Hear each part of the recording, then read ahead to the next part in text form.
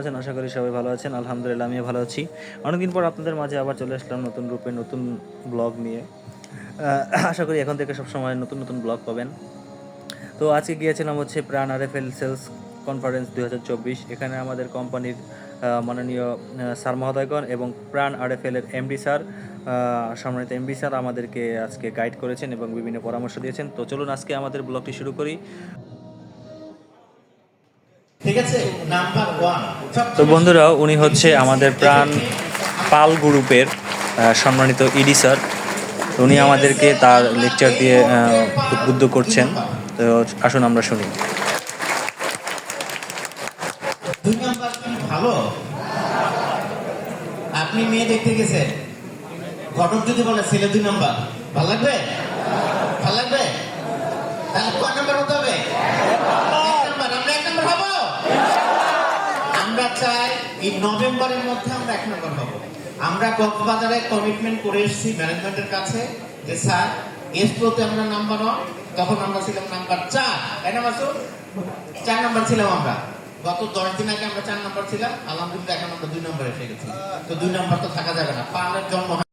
তো কোম্পানির আরও অন্যান্য স্যারেরা যারা হচ্ছে ব্র্যান্ড ম্যানেজার আছেন, তারপরে প্রত্যেক গ্রুপের ডিজিএম স্যার আছেন, ওনাদের প্রেজেন্টেশন আমাদের মাঝে উপস্থাপন করেছেন, আমাদেরকে লেকচার দিয়ে বোঝানোর চেষ্টা করছেন যে কীভাবে আমাদের সামনের দিকে এগোতে হবে, সময়ের সাথে তাল মিলাতে হবে। তো গাই 12:30 দিকে আমাদেরকে স্ন্যাক্স দেওয়া হয়েছে, আমাদেরকে সকালের নাস্তাও খাওয়ানো হয়েছিল সেখানে।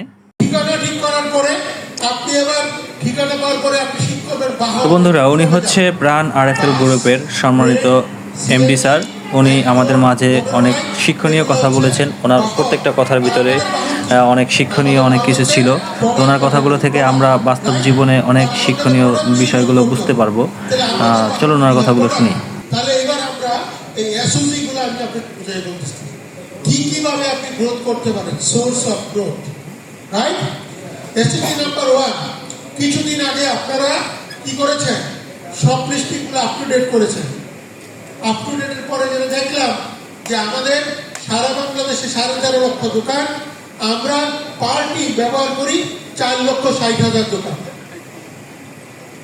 রাইট? তাহলে আমি যদি একজন বিক্রয় শিল্পী হই, তার মানে আমার মার্কেটে দোকান আছে কত? 1100। আমি এখন সার্ভিস দেই কত দোকানে? 600 দোকানে সার্ভিস দিই। আমি যদি সিদ্ধান্ত নেই যে আমি এই 600 দোকানকে 750 দোকানে কনভার্ট করব, তাহলে আমার কত পার্সেন্ট গ্রোথ হবে? 25% গ্রোথ আসবে এখান থেকে। তো গাইস, স্যারের কথাগুলো শুনেছেন। স্যারের কথাগুলোর ভিতরে অনেক শিক্ষণীয় বিষয় ছিল। এরপরে হচ্ছে আমাদের কলিগদের মধ্যে থেকে কিছু কলিগদেরকে অ্যাওয়ার্ড দেওয়া হয়েছে, সার্টিফিকেট দেওয়া হয়েছে। তারা ইয়ার টু ইয়ার গ্রোথ করেছিল এজন্য।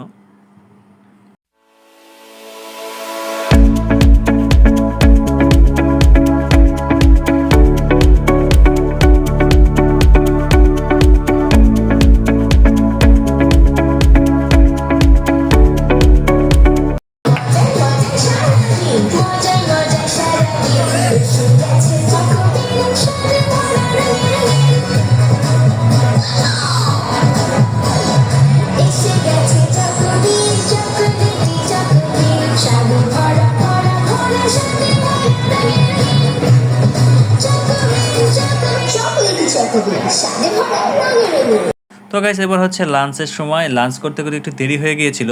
তারপর আমরা অনেক মজার ভিতরে ছিলাম, মজা করছিলাম। স্যারদের প্রেজেন্টেশনগুলো আমরা মনোযোগ দিয়ে দেখছিলাম। সবগুলো প্রেজেন্টেশনই খুবই দুর্দান্ত ছিল। হ্যাঁ, এবার হচ্ছে আমাদের লাঞ্চের সময়। আমরা স্যার সহ আমরা কলিগরা সবাই ওয়েট করছি আমাদের লাঞ্চের জন্য। তো গাইস, লাঞ্চের পরে আমাদের কনফারেন্স শেষ হয়ে গিয়েছিল, আমরা চলে আসছিলাম। লাঞ্চের আগে আমাদেরকে 2টা শর্ট ফিল্ম দেখানো হয়েছে, তার থেকে একটা শর্ট ফিল্ম আমি আপনাদের মাঝে শেয়ার করলাম। আশা করি আপনাদের ভালো লাগবে।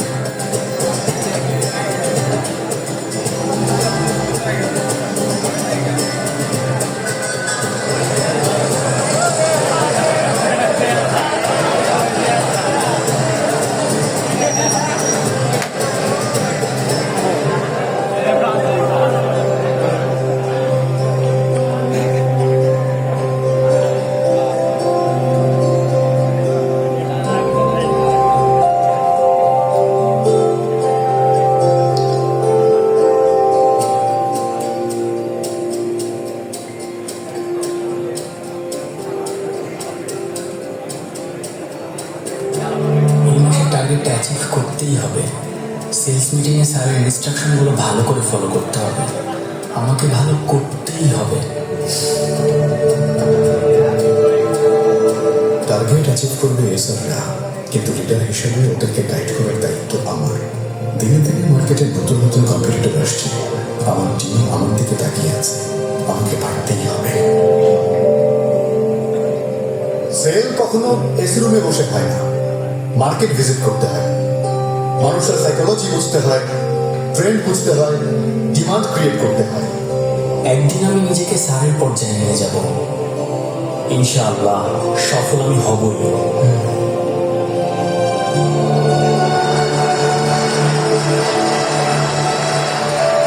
আজকে আমি যা শেখাচ্ছি তা কেউ একদিন আমাকে শিখিয়েছিল। এই এনার্জিটিক ইয়াং ছেলেগুলো কোনো একদিন আমার জায়গায় আসবে।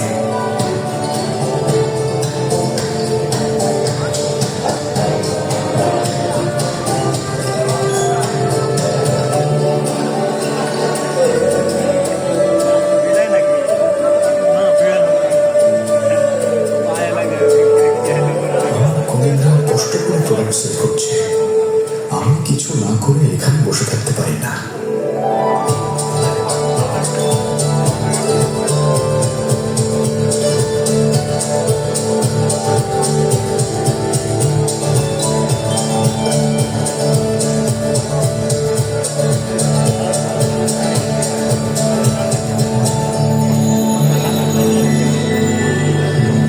এটা এলাকার সবচেয়ে বড় দোকান, আমার টার্গেট অ্যাচিভ করতে হলে সবচেয়ে বড় অর্ডার এই দোকানেই কাটতে হবে। যাই দেখি। আসসালামু আলাইকুম ভাই, ভালো আছেন? আমি রাহাত। এখন কিছু লাগবে না ভাই, পরের মাসে আসেন। কখনোই একটা দোকানে জোর করে প্রোডাক্ট দেওয়া যায় না, বরং ভালো ব্যবহার দিয়ে মানুষের মন জয় করতে হয়, তখন গিয়ে ব্যবসাটা সহজ হয়। না ভাই, আমি তো অর্ডার দেওয়ার জন্য আসি নাই, আমি এমনিতেই আপনার সাথে কথা বলতে আসলাম। ভাই কথা বলার দরকার নাই ভাই, বেচা কেনার সময়। এ মতিন, কই গেলি রে? এ বস্তাগুলো কেউ ভাবে পড়ে থাকবে, তুলবি না? ভাই আমি দেখছি ভাই। আরে ভাই না, আপনি আপনি কেন রাখেন? আরে আমার লোক আছে তো।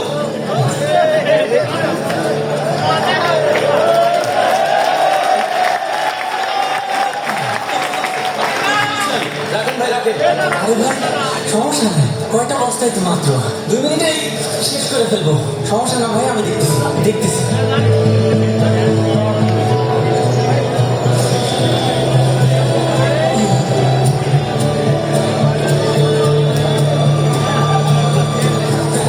ভাই, আমি দেখছি দেখছি ভাই।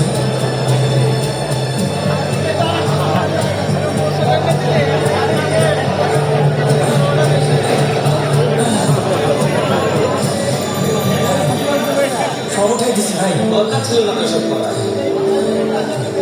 ভাই হয়ে যদি ভাইয়ের জন্য এতটুকু না করতে পারলাম, তাহলে কিসের ভাই হলাম? আচ্ছা ভাই, আজকে তাহলে আসি। আসসালামু আলাইকুম। এই যে ভাই, জি ভাই। আপনার নামটা যেন কি? ভাই রাহাত। কাল একবার এসে জি, কি বলেন ভাই? আইসেন, কাল একবার আইসেন। আচ্ছা ভাই, আচ্ছা আসি ভাই। আসসালামু আলাইকুম। ওয়ালাইকুম আসসালাম।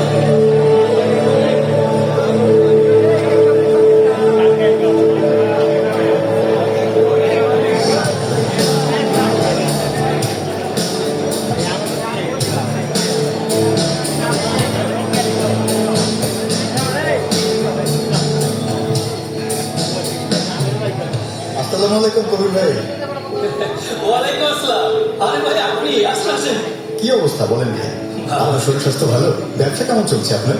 ব্যবসা মাশাআল্লাহ ভালো চলতেছে, শরীরও ভালো, শুধু একটু বয়সের ছাপ পড়ছে এই আর কি।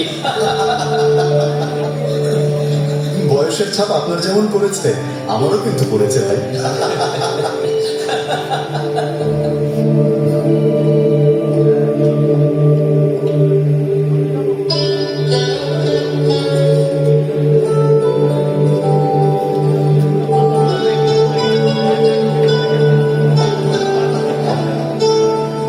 ভাই আপনি এত বড় অফিসার হইলেন, তারপরও পুরোনো স্বভাবটা ছাড়তে পারলেন না। আপনার এই গুণটার জন্যই কিন্তু আপনার প্রতি মুগ্ধ হয়েছিলাম ভাই। কি যে বলেন ভাই, সেলসে কাজ করি, টাকার মূল্যটা যেমন বুঝি সম্পর্কের মূল্যটাও তেমনই বুঝি। আপনি আমার ক্যারিয়ারের শুরুতে যে সহযোগিতা করেছিলেন সেটা আমি জীবনে কোনোদিনই ভুলবো না, সব মনে আছে ভাই।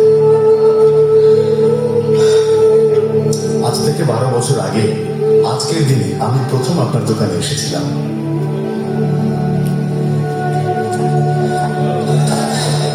ভাই সব উঠে দিছি ভাই। কাল একবার আসে, জি ভাই। কালকে একবার আসে।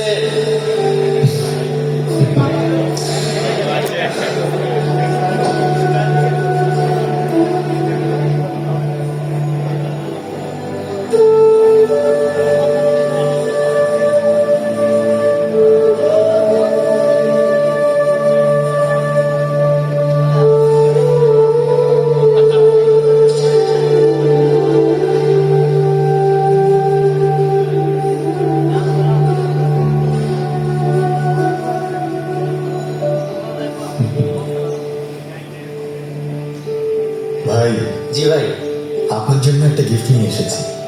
কি গিফট ভাই? খুলেই দেখেন না।